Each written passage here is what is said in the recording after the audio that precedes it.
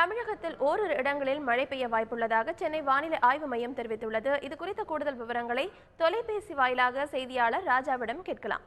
ராஜா, குறிப்பா தமிழகத்தின் எந்த பகுதியில மழை பெய்ய வாய்ப்பு இருக்குது வானிலை ஆய்வு மையம் தெரிவிச்சிருக்கு?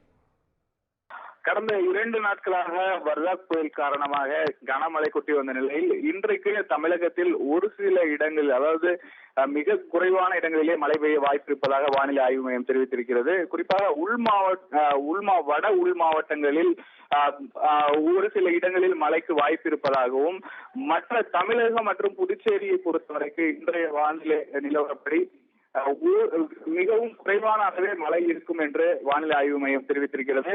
கடந்த 2 நாட்களாக வர்தா புயல் காரணமாக ஏற்பட்டிருந்த வானிலை மாற்றம் ஏற்பட்டிருப்பதாகவும் தெரிவிக்கப்பட்டிருக்கிறது. அதே போல வானிலையில் தற்சமயத்திற்கு வெப்பசலனம் காரணமாக மழை பெய்ய வாய்ப்பு இருப்பதாகவும் தெரிவிக்கப்பட்டிருக்கிறது. இதுவரை நமக்கு மிக குறைந்த அளவு இந்த பருவ காலத்தில் 60% அளவிற்கு குறைவாகவே மழை இருப்பதாகவும் தெரிவிக்கப்பட்டிருக்கிறது. வர்தா புயல் காரணமாக சென்னை, காஞ்சிபுரம், திருவள்ளூர் ஆகிய மாவட்டங்களில் அதிக அளவு மழை கிடைத்திருக்கிறது. மற்ற மாவட்டங்களில் மிக குறைந்த அளவு மட்டுமே மழை கிடைத்திருப்பதாகவும் தெரிவிக்கப்பட்டிருக்கிறது. அதிகபட்சமாக சோழிங்கநல்லூர், காஞ்சிபுரம் மாவட்டத்தில் 38 சென்டிமீட்டர் மழை பதிவாகி இருக்கின்றது.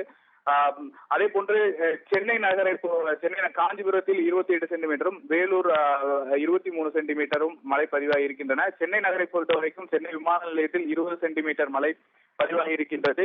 ஸ்ரீபெரும்புதூரில் 17 சென்டிமீட்டரும், செம்பரம்பாக்கம் பகுதியில் 16 சென்டிமீட்டர் மழையும் பதிவாகி இருப்பதாக வானிலை ஆய்வு மையம் தெரிவித்திருக்கிறது.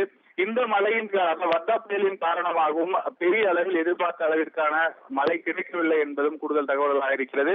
தற்பொழுது தமிழகத்தில் நிறைவேறக்கூடிய வறட்சியில் பெரிய மாற்றத்தை இந்த வர்தா புயல் ஏற்படுத்தவில்லை என்றும் தெரிவித்துள்ளார்கள்.